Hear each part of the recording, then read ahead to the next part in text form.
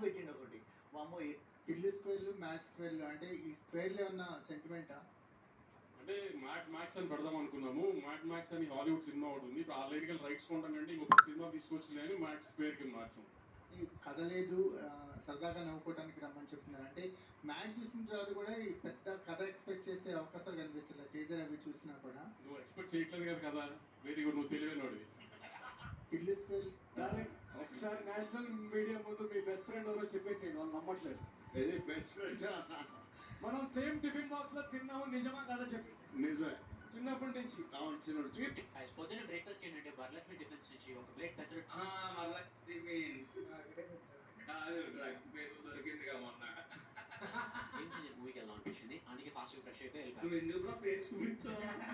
Movie అయిపోయిన తర్వాత ఏం తిందామని ఆలోచిస్తూ లాస్ట్ కి వెజ్ మీల్స్ అయితే వెళ్ళిపోయాను. బాలాజీ మెస్ క్షమించేసాడు ఆ రోజు. మూవీకి వెళ్ళాడు, ఖర్చు ఎక్కువైపోయిందని వెజ్ లోకి వెళ్ళి. స్పిరిట్ మూవీలో సందీప్ వంగ సెలెక్ట్ చేయడం ఎవరిని చేస్తున్నారు? క్లియర్ గా థియేటర్స్ బ్యాక్గ్రౌండ్ ఉన్న వాళ్ళని, ఆల్సో ఫిలిం బ్యాక్గ్రౌండ్ అన్నారు. సో మన మంచు విష్ణు అన్న అలానే అప్లై చేశారు. సందీప్ వంగ అర్జున్ రెడ్డికి కానీ యానిమల్ కి కానీ థియేటర్ బ్యాక్గ్రౌండ్ ఉన్న వాళ్ళని తీసుకున్నారు. షార్లీ పాండే థియేటర్ ఆర్టిస్టే, విజయ్ దేవరకొండ కూడా థియేటర్స్ బ్యాక్గ్రౌండే. సో మీరు ఎవరైనా అప్లై చేద్దాం అనుకుంటే థియేటర్స్ బ్యాక్గ్రౌండ్ అయితే స్పిరిట్ మూవీ.